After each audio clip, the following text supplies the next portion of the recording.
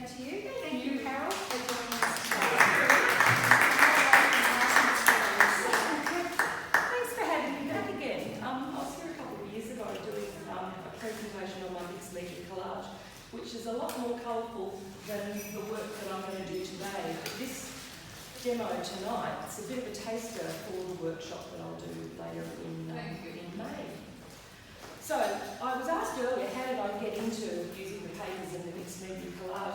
I worked in, if you've ever heard this, just go la la la. I worked in advertising for a long time, where the work was very exact, hand illustrated, hand lettered work before computers, the old way of doing things. And I stopped doing artwork for a long time, and it took me a little bit to get back into it. I was friends with the founder of the Ferry Artists Gallery down in Weisman's Ferry and the late Susie Starton from St Albans Gallery. And both Heather, the founder, and Suzanne encouraged me to get back into my art again.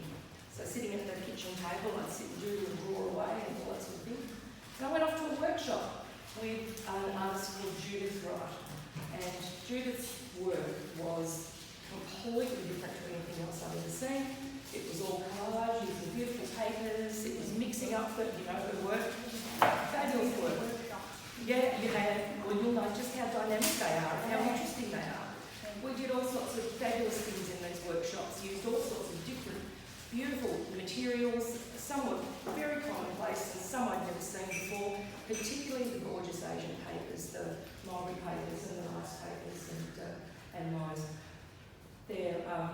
Mine come from Korea, but I do know that there's a lot of papers out of Thailand and Japan and other places like that. So she sort of launched me into the area of mixed media and collage in particular. And I never thought I had it for collage, but it was interesting a little way down the track. I sort of got deeper and deeper into it, and I started to develop my own style rather than using the techniques that she'd given me in the workshop. I started to develop my own, and I started finding my own way through that forest, where you sort of learning a new art discipline that was very different to the pen and the ink and the gouache. Mind you, I still use the oil gouache as well through that. So, the workshop that I will do is called Tone and Texture. Tone and Texture has developed out of trying to find a way of still creating artwork using a minimal tonal range, a minimal colour range, and materials that you don't normally always use. Now I'm still using the papers that I use in my normal mixed media, but I've pared down my palette to just use a tonal range of colours.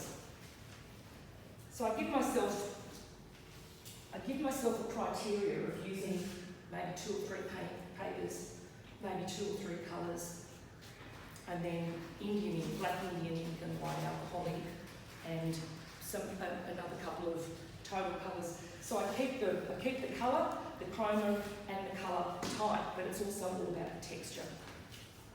When I do the textural work with the papers, when I put the papers down, how most of you, when you're doing acrylic painting or oil painting, you put down a panel of colour and you'll use that as your basis and you work over it. Well, for me, my colour bases, my panels, are my papers, and I layer my watercolours over the top of them and let them take me on a bit of a journey about layering and creating colours. I don't mix my watercolours when I'm doing my normal mixed media work. And even in these, I'm not mixing my watercolours. These are coming straight out of the tube, straight into a Chinese food container. Birds, thank you very much. Yellow ochre, which is leaked. Oh, goody. Anyway, there'll be enough for what I need to do tonight. And then I let the blending and the mixing happen on the papers, whether they're the coloured papers or the natural tone papers, and using wax lunch wrap, I created a resist technique between the layers of paint. It's a long, slow process of putting down paper, letting it dry, putting down colour, letting it dry, putting down more colour, letting it dry. It takes a while. You can't whack out an artwork in an afternoon, sadly, but it also gives you the opportunity of working on a body of work all at once. I'll work on maybe 6 artworks at a time, because while I put down paper on one, I'll get into the same on the other ones. So I'll have in my mind a body of work, normally based around landscape, because that's where I get my inspiration from. We travel a fair bit. I take my sketchbooks. Please feel free to come and look at the sketchbooks if you want to. They're no great works of art, but they're like my travel diaries, my visual travel diaries. And that's what I use them for. So wherever we travel around Australia, I'll take the watercolours. I'll sit down at the end of the day, I'll do a bit of a sketch. I can then bring these back to the studio and I can work on them further in graphite and charcoal. And then if I'm happy with the way a composition's going and I want to put it down and turn it into a more colourful work, I'll then get out the canvas and I'll put down and work on my canvas panels in colours. Now these are little 10 by 8s that I often do, because I have open studio weekend at my studio, Library Valley Studio in West Creek. In November's, early November, just in time for Christmas present buying. And I tend to do lots of little tiny artworks. I originally started doing the mixed media collage on paper, and that was great, but I found it really limiting with paper size and the way it all behaved on paper. There was framing costs involved. Anyone that works regularly on paper knows that you spend this much on works on paper and then you spend this much on the framing of something to present it, and it can become really costly. So I was trying to work around the economics of doing the collage and trying to get it off the paper and onto canvases where I could finish them. So I started doing the collage work on canvases. And I know you can buy watercolour specific canvases, but I don't. I just tend to put down a tissue paper base, which gives me some tooth to put the PVA and the paint on, and then I'll start doing my panels of colour. So of course I'll get I'll sketch up what I want, because composition is important to me and the way I work with my landscapes. And then I'll just lay down my panels of colour, and then I'll put my watercolours on the top.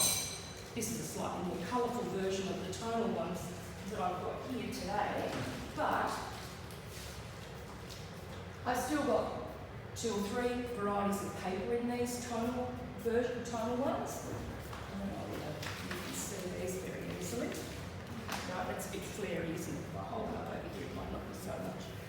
So this is Bockingford paper. It's a nice heavyweight 300 GSM paper. It's got a really good texture to it, and I like the texture. The texture is really important to me, because for me that's what it's all about. I feel like I need to sort of feel the bush.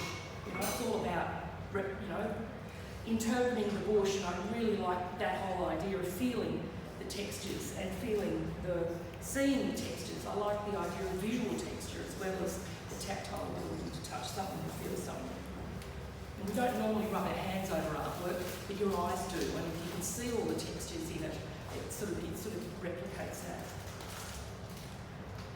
So with this particular work, I have been doing a bundle of commissions, and if anyone here knows what it's like doing commissions, they really sap your energy, because they're really hard to wrap your head around.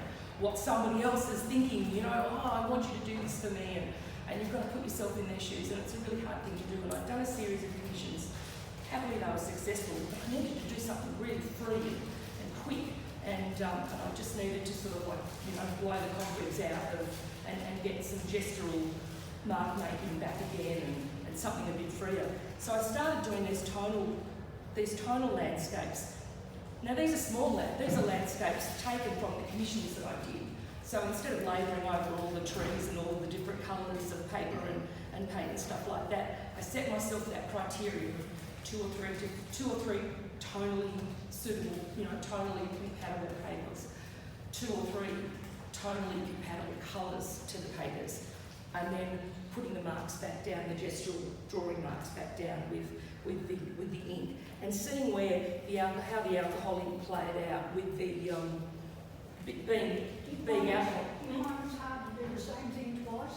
Oh, absolutely. I can't replicate anything twice. I've just got to. It's like skiing, like when you skis down, you go for it. Showing the original.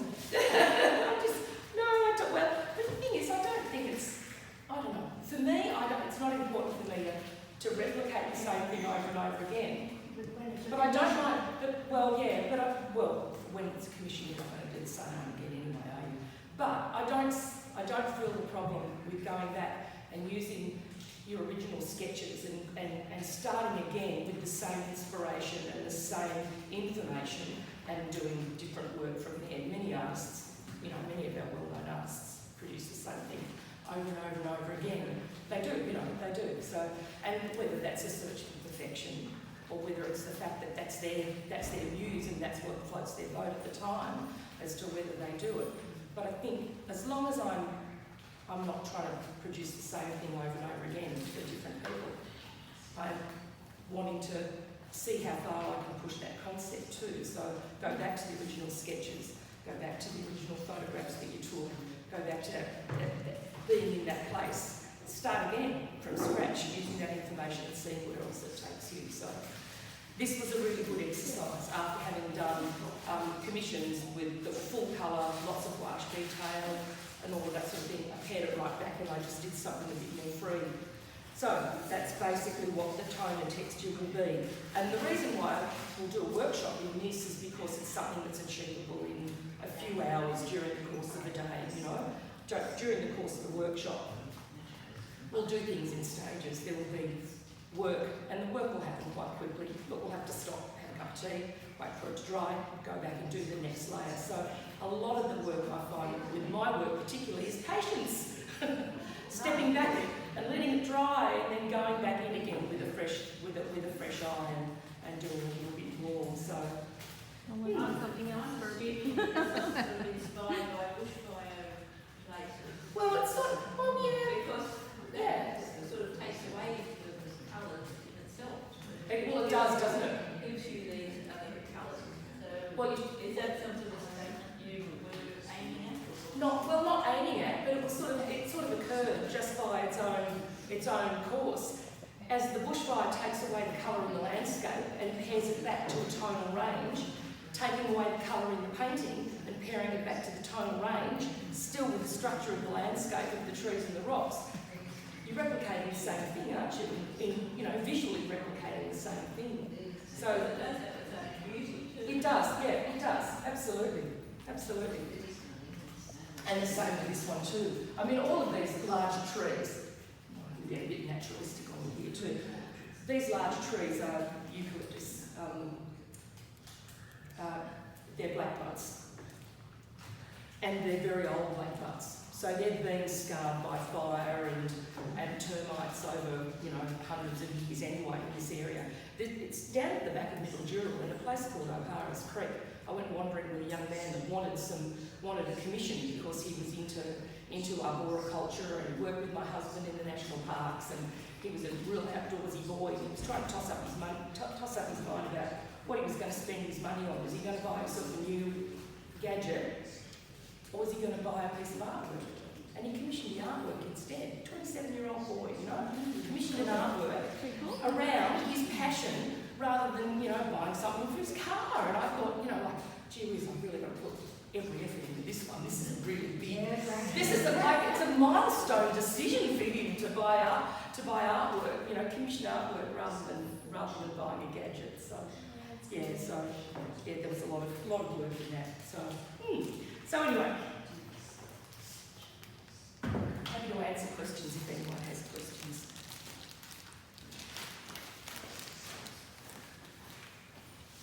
And Maria, I have completely stunted out time frames here, so just remind me where I am and what I'm doing. And We've got an hour. So 8 now- o'clock right now. Yeah. We go till about 9. Go to about 9. Yeah. No worries.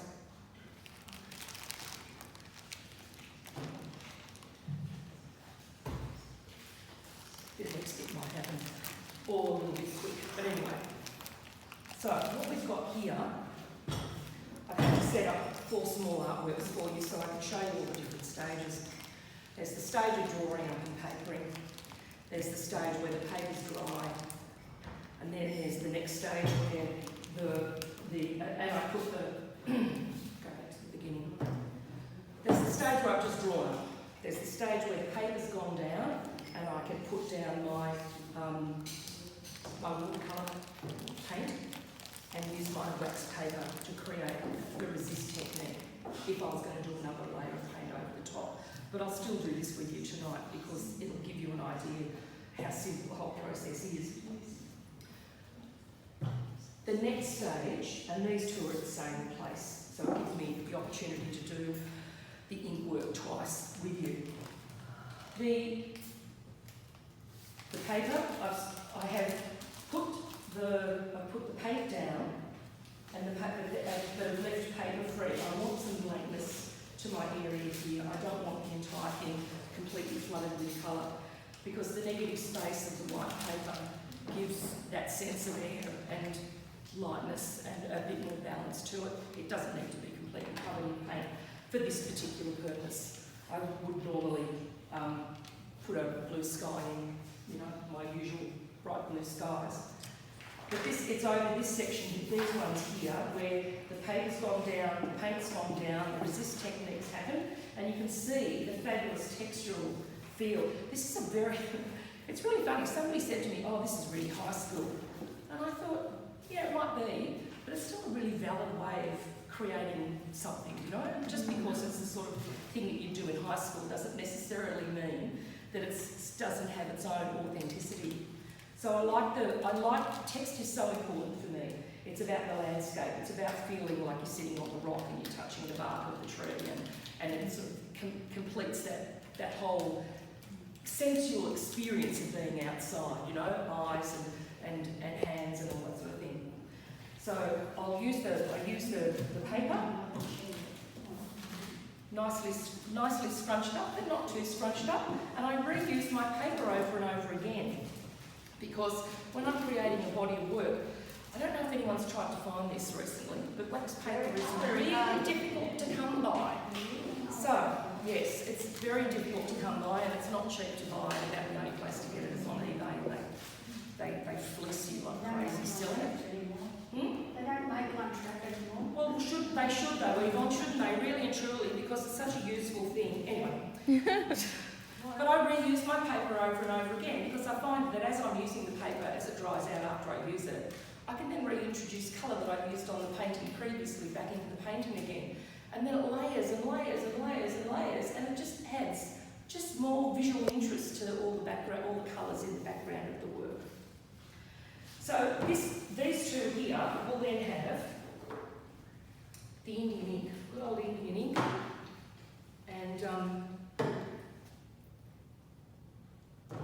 and just the white alcohol ink.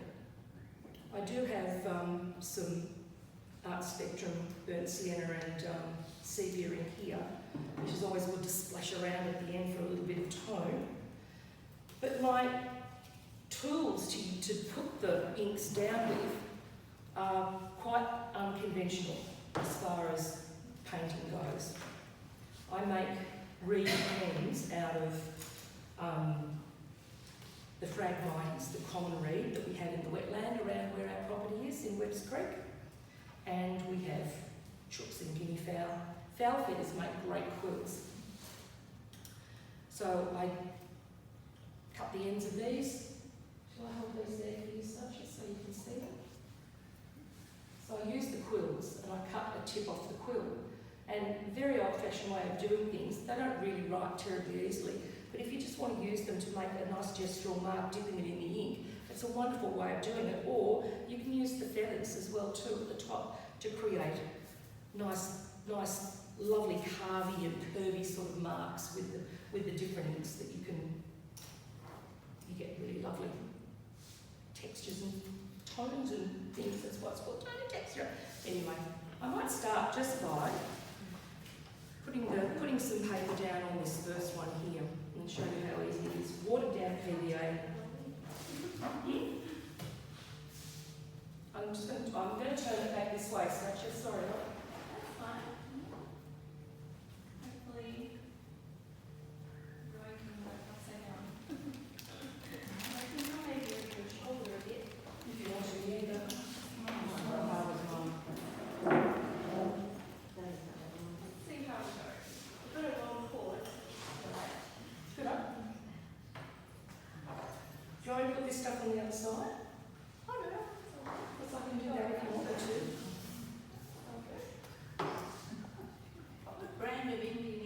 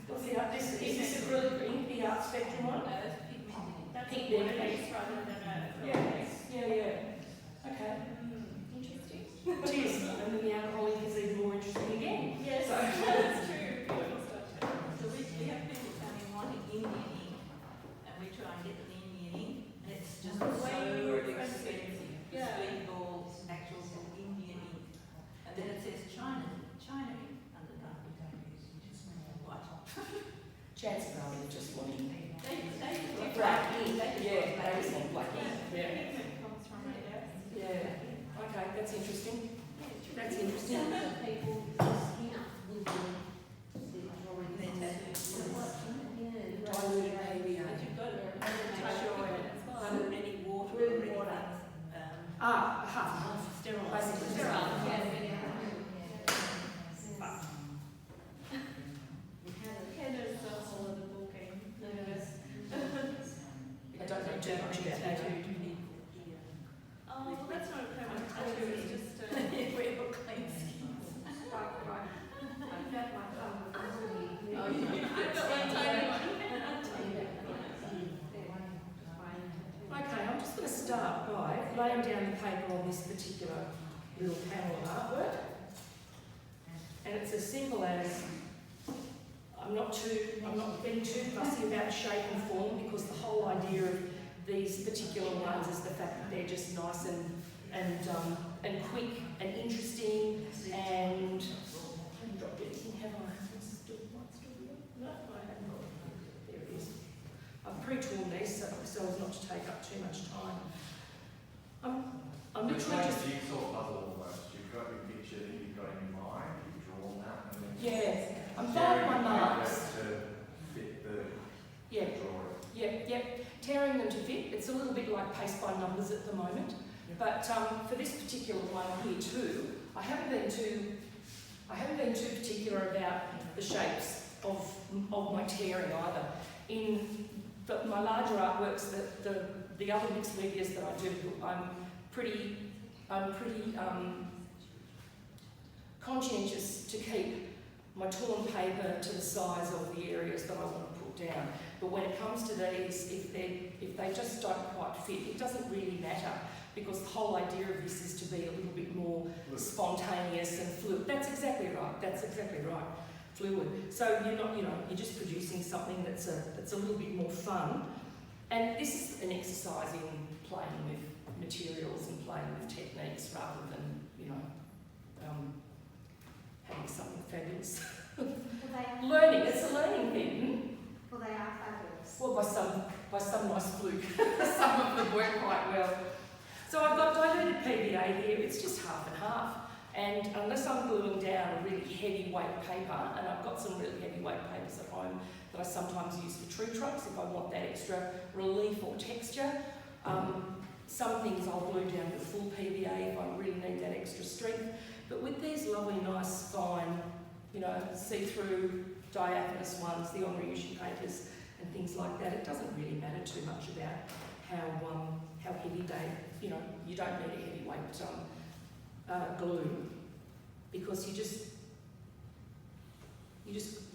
put a fair amount of glue down. So I do my base. So what paper is your base? Is that the 300 GSM? It's 300 GSM, but it's not one of my expensive papers. This is a hot press. The one I'm using for the demo tonight is out of a hot press pan that I don't use very often. So I thought tonight was a good opportunity to use some of the paper. So it will work perfectly all right for what I'm doing here. So I'm making sure I get good coverage underneath my panel of paper, and then I make sure I put more glue over the top and make sure my edges are all down. If anything's going to come adrift, it'll come adrift from the edges first. Binder medium's all right for that too, isn't it? I don't use binder medium even. I've only heard about binder medium tonight, so Oh, what do you use? Wow. PVA. Oh, thin down. I have a very limited experience with art materials, I've decided. There are so many different ways of creating art, but this is just the way I do it. So That's thin down PVA. thin down here, half and half about. Sorry, I wasn't listening. No, that's all right. No worries. No worries. Trying to find something on my phone. So what's like, 20 years down the track? Will this paper lift, or is it adhered through the paint? Well, the artworks that I created back in 2002 for my first solo exhibition at the St Albans Gallery are still all, they were works on paper and they were framed and they're all still intact and nothing's come off. So I'm assuming that PVA works as well as the rice glue or the binder medium or whatever it is. It's good stuff. Oh, yeah. Good stuff. Should so. It's good stuff. Good stuff, yeah. Well, I Looked through my brow. I sit down like this. I remember her saying, who's it? That's great.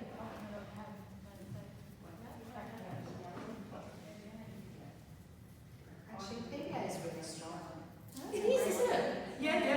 And once it's dry, you can't dilute or anything like that. So I'll just pick this up and show you a little bit, or rather than doing upside down. So I've literally just put down my basic 3 panels of colour here, just the paper.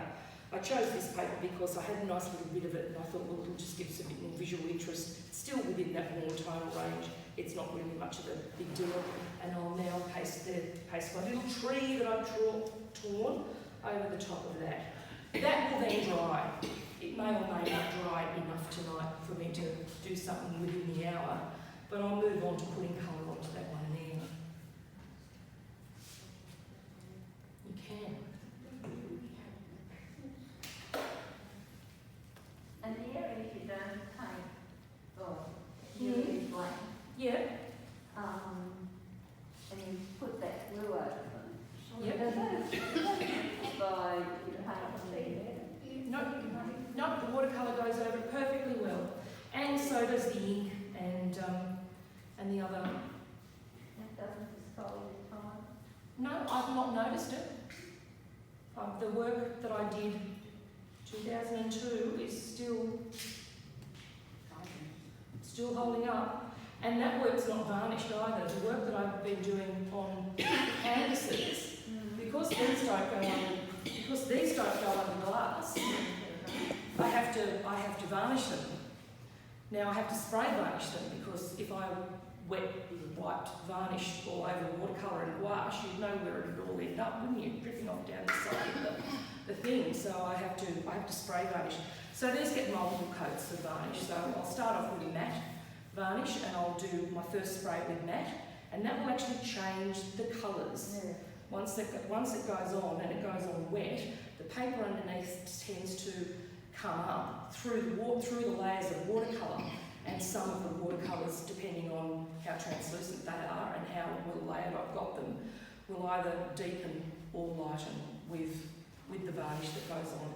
And then I'll put a coat of gloss on the top after I've taken the photographs of the artwork, because once you've got the gloss varnish on it, it's pretty hard to take photographs of anything with the reflection. You know, it's like taking a picture of them before they go into the thing. So I'm just going to mop up my PVA. I don't leave it swimming in PVA. I make sure that I pick up all of my extra bits from around the outside. Can you use any sort of paper As in, to do that?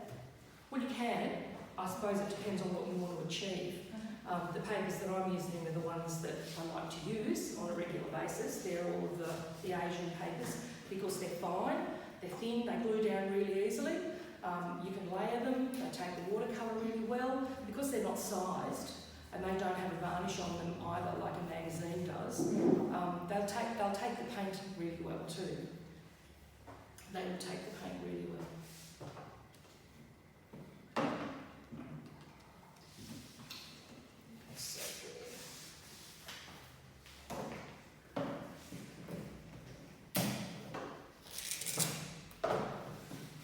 So when this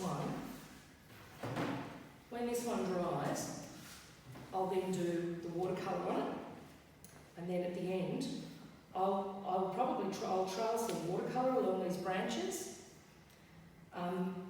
I'll put watercolour down through a couple of these areas through here. I might leave that middle piece of paper alone and just put maybe a yellow ochre and maybe a burnt sienna down the bottom there, and just leave this panel of that pinky toned sandy paper in the middle just by itself, just so you get to see the paper rather than having it to be covered in paint. I'll trail a bit of burnt sienna further up through these sketching marks that I've got there. But basically I'll leave it rough and I'll leave it free to go back over and use the reed pens or the quills and just do some gestural marks to indicate where the limb of the tree is and the little sticks and things like that on it. So the next bit to think about is how and where to put my paint down over the top of these. As you'll see, I've got some marks in the background here. I've still got some pencil marks of areas that I haven't put paper down in. Get rid of that little bit there, otherwise it's going to bug me. There we go. So I might leave this middle paper free, but I'll put some yellow ochre or bird sienna down the bottom, and then I'll fill in my area up here around where my rocks are, my cliffs are, and then I'll let the black ink and the white ink fill in the rest of the story of the painting.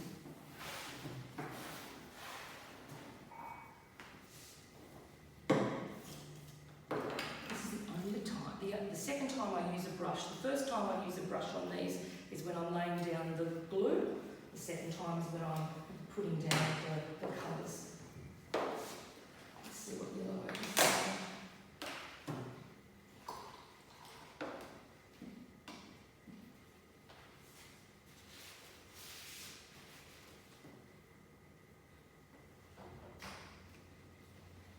I like my Chinese calligraphy brushes, my mock brushes for this. We got some of those when we went to China. Oh, lovely. Well, they're great brushes because they hold so much in them and you get such a good sweep of the brush out of them. But the thing is, I tend not to, I use it as a brush, but I'm not brushing per se, you know, I'm flooding I'm just putting it down and sort of flooding it over and around. I'm not being too careful about it, because the whole idea of this is to be a little bit messy.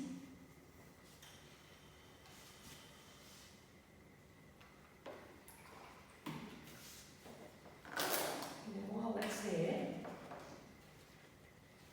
I'll work around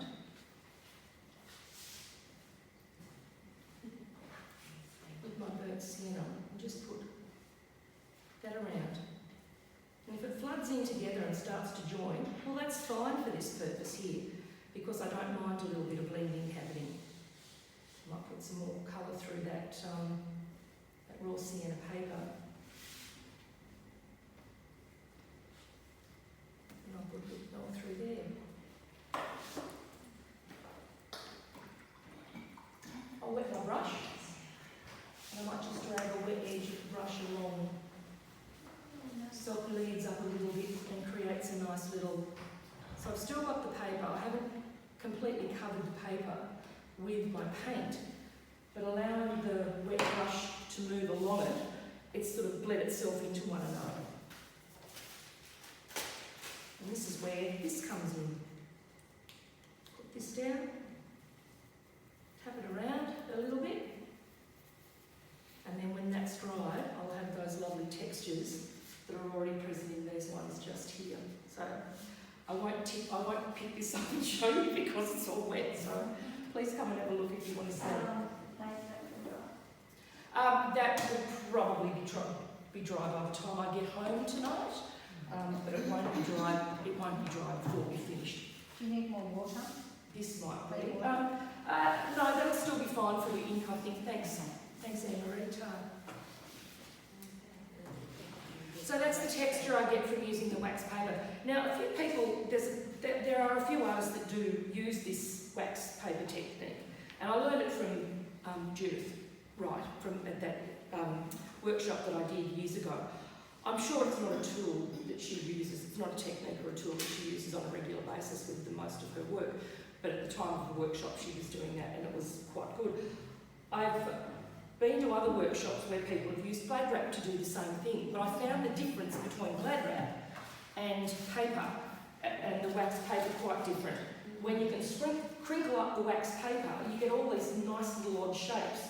When you crinkle up glad wrap and then lay it out and go like this, all you get is big long lines, you know, so you can't quite create the same texture as you can. I like the paper because I think the paper gives you more organic feeling textures than what the plastic will give you.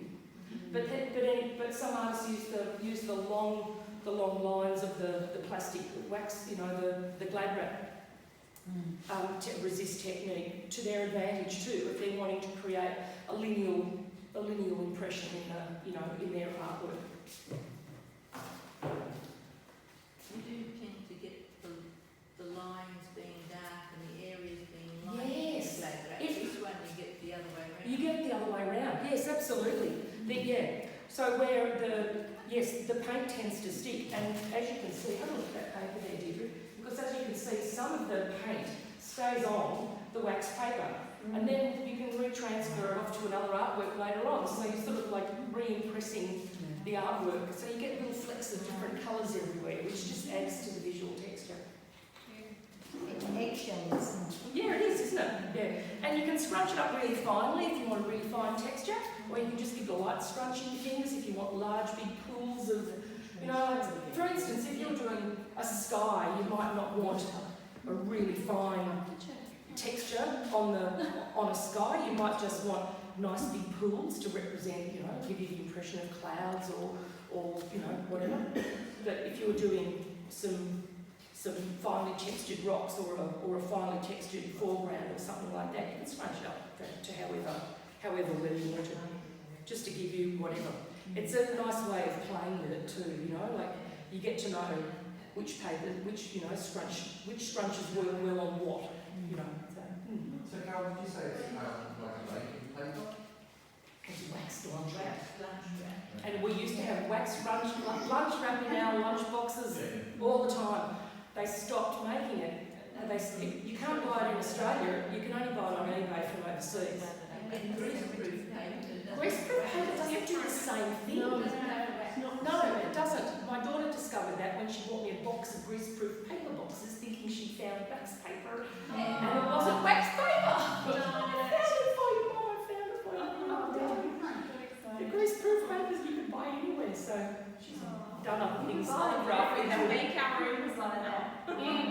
People make those wax fabric things to go over the top of their jars and stuff. Beeswax wraps. I use it Might work. to separate my cakes because it stops them from sticking. It does, doesn't it? Fabulous. A lot of this is available on eBay because there's a lot of crafters that use it. People that do the patchworking and do that paper piecing method tend to use this because this is a robust paper, and they cut their patterns out of it, and then they can stitch it in, and then they can tear it out afterwards, and it works better for them because it will hold on to the fabric. The wax has got a bit of a tooth to it, so you know it's good for that sort of stuff. And a myriad of other things I've been told, but I'm not completely au fait with that. I'm lucky that my sister works with a lady that lives in the Philippines. So when she travels overseas for work, she brings home boxes of waxed lunch wrap for me, which I'm very happy with. I have to say, pay homage to my sister. This technique would not exist as prevalently in my studio. Does my sister not travel to Southeast Asia on a regular basis for work, because all of the paper comes from Seoul. So she goes over there with an empty suitcase and comes back with lots of paper for me, which is really good. So, on to the next. You can buy it in Australia, but you just get really limited varieties of it. The Onryushi paper is really easy to come by. You know, you can, a lot of the art supply stores. Deirdre, do you stock the Onryushi paper? These sorts of papers? We do have some nice Indian papers that we get from S&J, company. Yeah, no. I used to buy sheets of these originally when I first started doing this from the couple that ran North Shore Art Supplies in Hornsby at the top of Florence Street, and he was a framer, and she ran the art supply store, and it catered to the TAFE when the TAFE was running their art courses there. When I studied art at Hornsby TAFE way back in the late 70s, we used to go to North Shore Art Supplies. They were running it then, you know, and they were still running it about five or more years ago. I don't know whether it still exists. I haven't been into Hornsby for years, so I wouldn't have a clue. But they used to sell different colours of the Onryushi paper, and some of this speckled paper too. This stuff was fairly easy to come by. I think this is sized on one side and it's not on the other. So, well, not sized. Sorry, I got that wrong. Hot pressed on one side and cold on the other side. So it's got a shiny, smooth character on one and it's rough on the other. I tend to always put the shiny side down. I glue the shiny sides of these varieties of papers down. But this textured side takes paint really nicely, and it also takes this technique really well too. So, Yeah, the Indian papers that we have, the handmade papers. are they the caddy papers, Deidre, or not? I don't know that move, but No, okay. there's a whole huge variety of them and lots of different moulding papers. Similar to this, do you think? Yeah, and banana fibre papers. I'll have to come out and see what we've got. Not that particular one, but we do have. Yeah, okay. You can have a look. We have a range of We can buy little A5 packs or A4 or big sheets. I use the big sheets, the full, I buy the full sheets where I can get them. But yeah, when my Korean sauce dries up, I'm going to have to look somewhere else. But the beauty of having it. Some of those papers from different suppliers though. We have some of those other ones. Yeah. So those ones? Yeah. These are really nice because of all of the the speckles, all the organic inclusions with them. If you can see through those, you can see fabulous bits. Well, yeah, these are just lovely pieces of paper. Egon, do you want to have a look? Maybe pass that around, or please come up and have a look at the paper that's there. I've just bought a small range in tonight. How am I going? Half an hour, great. On the home run. Right. So what I'm going to do now is I'm going to work with my inks now, and I'm going to put the details on these artworks that I've got here. And I'm just going to really follow my lines basically. I'm just going to give it some flow and follow my lines with what I've got, and mix up the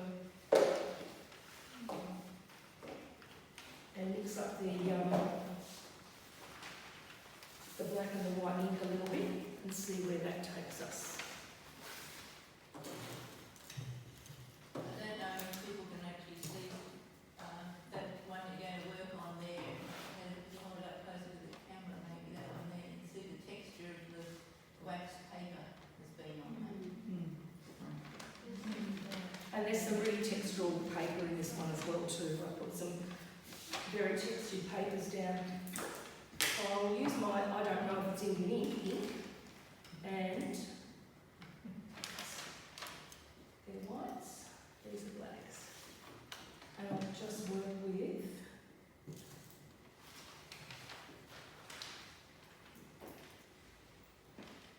now, I found that these little reeds, these Phragmites reeds, are really good and easy to use. We have a lot of the common reed around our area, and the size and the cut that you can get on just with a pair of scissors, I just snip the reed with a pair of scissors, but they wear really fast. So it's, you're going to get maybe a couple of uses out of it, and then you're just going to go and get another bit of reed. It's just like, using a stick. I've been really interested in seeing, there's a few artists that I've been following on Instagram at the moment. Everyone seems to be into making their own brushes with all sorts of different bits and pieces. I'm desperate to try that. So that's on my radar at the moment too, because I reckon this sort of tonal stuff with the papers and could sort of work with a bit of a Jodie Graham influenced thing in the background. We had her demo a while ago. Oh, did you? Yeah. Oh, wow, that would have been so good. Oh, yeah, she's all over that stuff, Yeah. isn't she? Yeah. All right, well, People I know time reeds, just reeds. There's my little reed pens, and they're made out of a reed called Phragmites, which is common reed, and it's common in all the wetlands around Hawkesbury. Quills. You've got quills. Yeah, I've got my guinea fowl feather, and I've got my rooster's feather. So peacock ones. I've got a couple of peacock ones. They're a bit on wheel. They're really big. The quill section is really large. So this is basically dip the ink and hold your breath and see where your hand takes you, basically. Van Gogh used reed pen. Did he? The thing I like about it is the fact that all you've got to do is alter the weight and the angle of your nib, and you create all different sorts of, you know, textures of lines and stuff like that. So.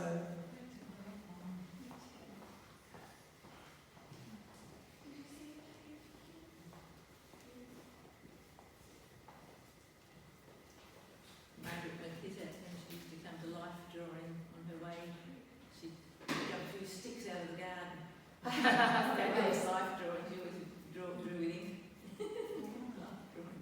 The sticks that she brought out of the garden that day. That sounds brilliant. Oh, she's still around, but she was hiding during COVID. I spoke to her today. Oh, did you? Oh, good. So much fun. I love doing this.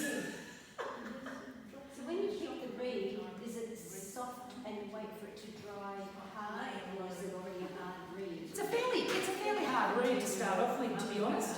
By the time I get to them in the wetland, they've already started to dry off a little bit. So these tops have been dry. So the reed itself, you know, is as thick as your thumb, and you don't want a quill that size. You use the top bits close to where the inflorescence is on the top of the reed. And then you just basically just making some, you know, just creating some nice little gestural lines. Are they actually hollow reeds or are they sticky reeds? No, they're hollow. So what were they called, sorry, Carol? Phragmites. Phragmites is its name, Phragmites. Called common reed. And we have them quite regularly around in our area. Okay. Yeah, you had all that, We've got the wetland opposite us. right opposite, Yeah. don't you? Yeah. So if you could brave the blackberries and the roses over there to get into it, you can get all sorts of stuff. We've also got a really big stand of bamboo close to us, and I went up to thinking, I'll go and grab some bamboo and I'll make some bamboo quills. But this size, in the bamboo, the stem's solid. There's no hole in it. So it's just going to give you a stick, you know, to draw with. It's not going to give you anything that's going to hold, you know, take ink or anything like that. So yes, yeah. They would be, wouldn't they? Yeah. So I'm just going to add some more weight to some of my lines and just see how far I want to take these.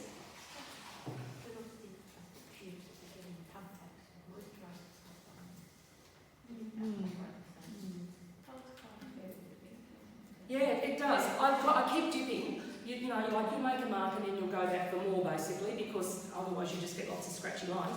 But scratchy lines can also work. It just depends on what you want to achieve. So, for me, it's the linear aspect. I want to create the lines in the rocks and the tones on the tree and stuff like that. I want to think about, you know. We'll see, I'll skip that one now, so I'm going to get double lines everywhere I go, and that's not such a silly thing either, because that can work really well as well. Okay, well I've got some... And you haven't watered down your rings? No, it's just straight out of that, yeah, just straight out of it. Do you ever do water downing where you have tones in? No, but I could. The Chinese people do. Yeah, no, I could. I tend to work with the watercolours more than I've got colours at home. I have to say I haven't used them very much.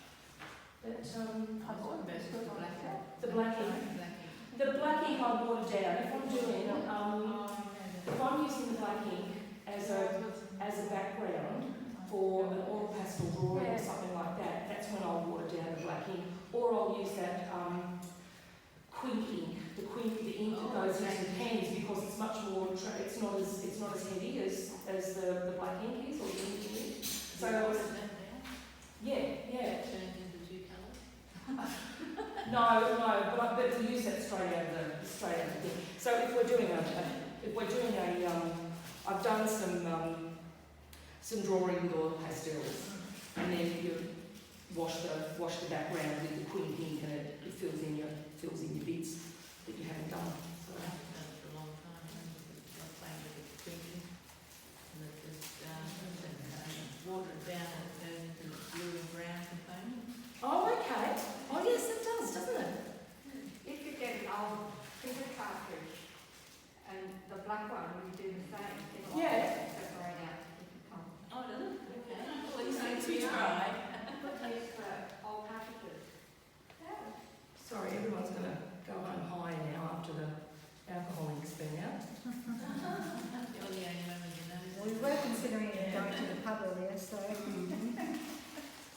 rub some of this, a little bit of this through the black, because what it'll do is it'll separate and it'll have a nice, you know, I'll get some nice textures out of that too, which is what I'm interested in. Alcohol, there are different things to an ordinary whiting. Yes, it does. Yes, it does. Because the alcohol sort of, if you come and have a look at it, as it dries on the watercolour, on the damp surface, it separates a little bit. It does interesting things. So that's one lot there. I could fiddle with that a bit more, but no. Yeah. It's not really a good representation, is it? But anyway, they'll be here for everyone to look at. So we'll go off to the next one. Back to the black ink again. Can you make the normal ink into alcohol ink by adding alcohol? I don't know. Pigment with, what you can do is you can get an old felt pen, and you pull the centre out of the felt pen, you know that long felt pen, and you put that in the isopropyl alcohol, and you make your own alcohol ink. Oh, wow. Yeah, I've seen that done on, the overhead projector slide, where people make their own inks out of different colours and felt pens, and then you pour it onto the slide and get those crazy. They do it on YouTube. Yeah, it dries, and you put it down on a piece of white paper, and you get the reflections like the white coming through the inks. Oh, that's cool. It's really interesting. Fly. Yeah, a friend of mine did that. Likes me. Does like it. No, it's a little fly. Very cool. What's the alcohol you have? Yeah, they're like, yeah, so like, the stuff.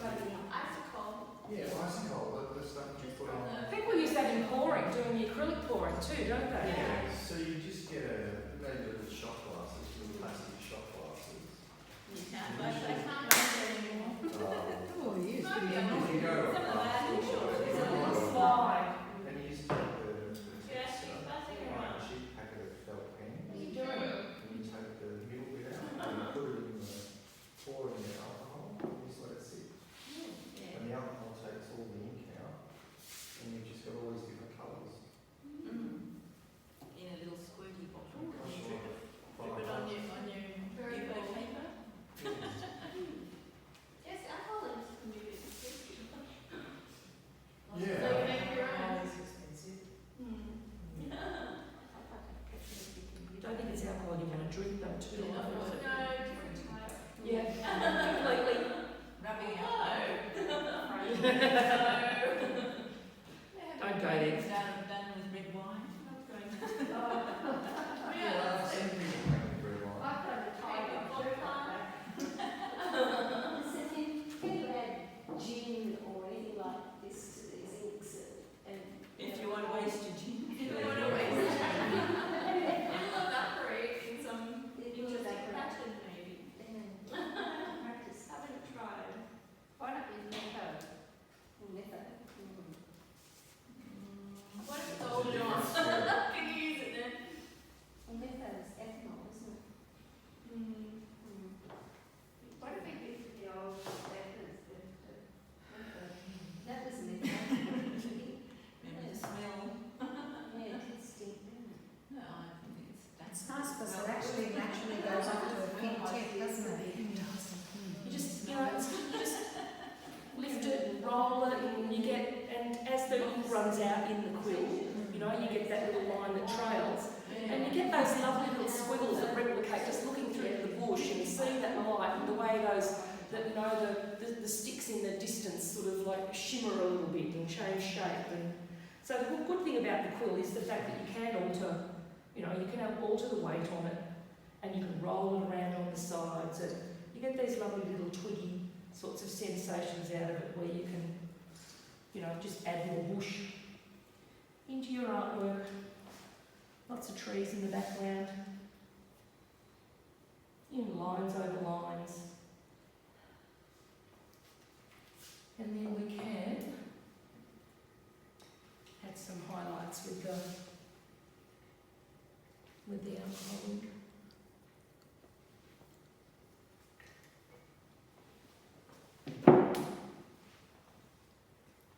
Alcohol in Christ.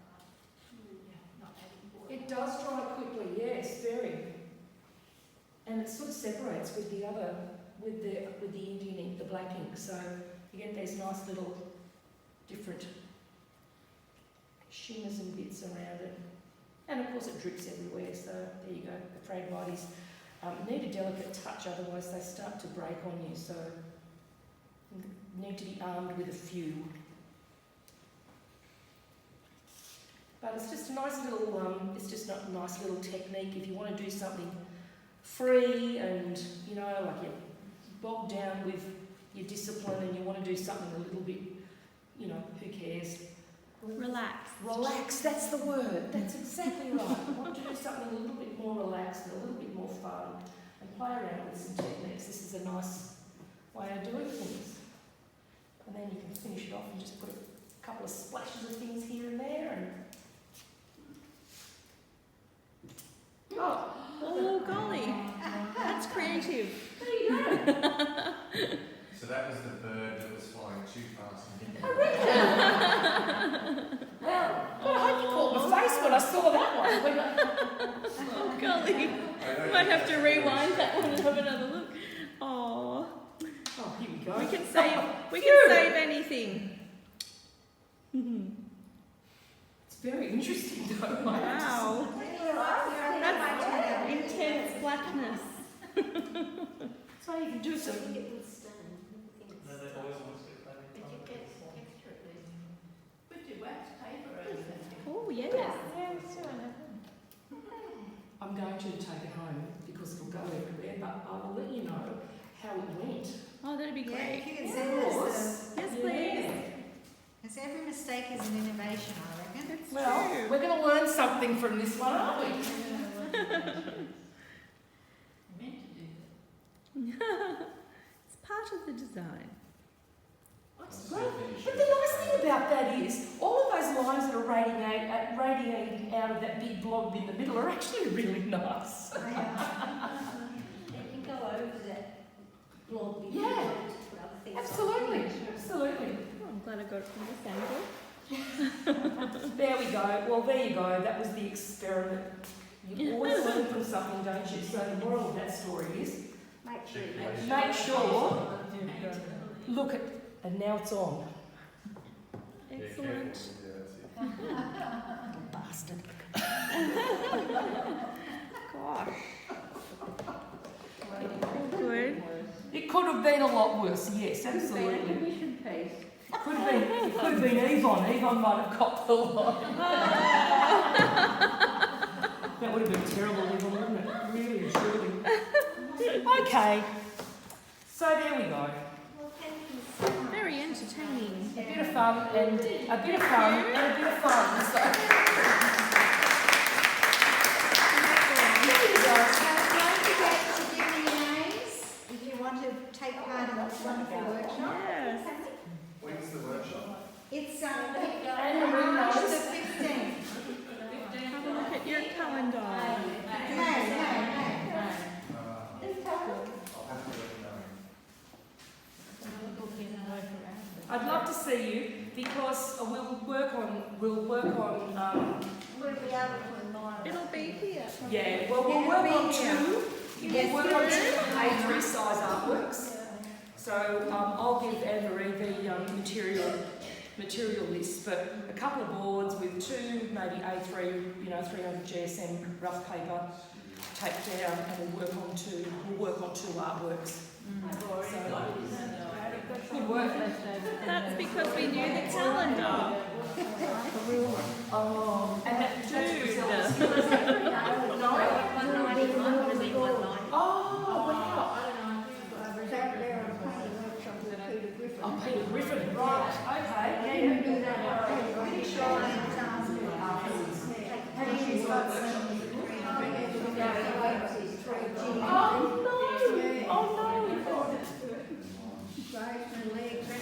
Oh, that's terrible.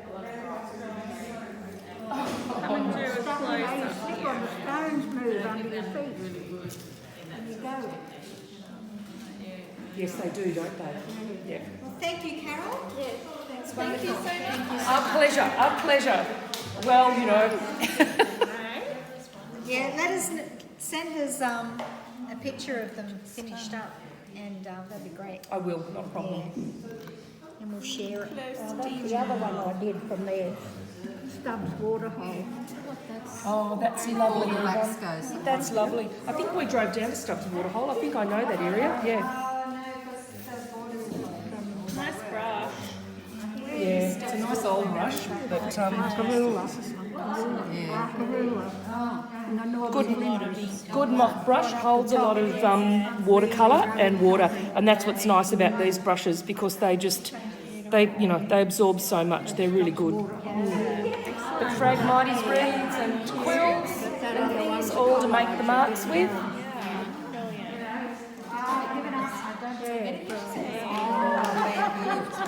Do a quick That's the Phragmite.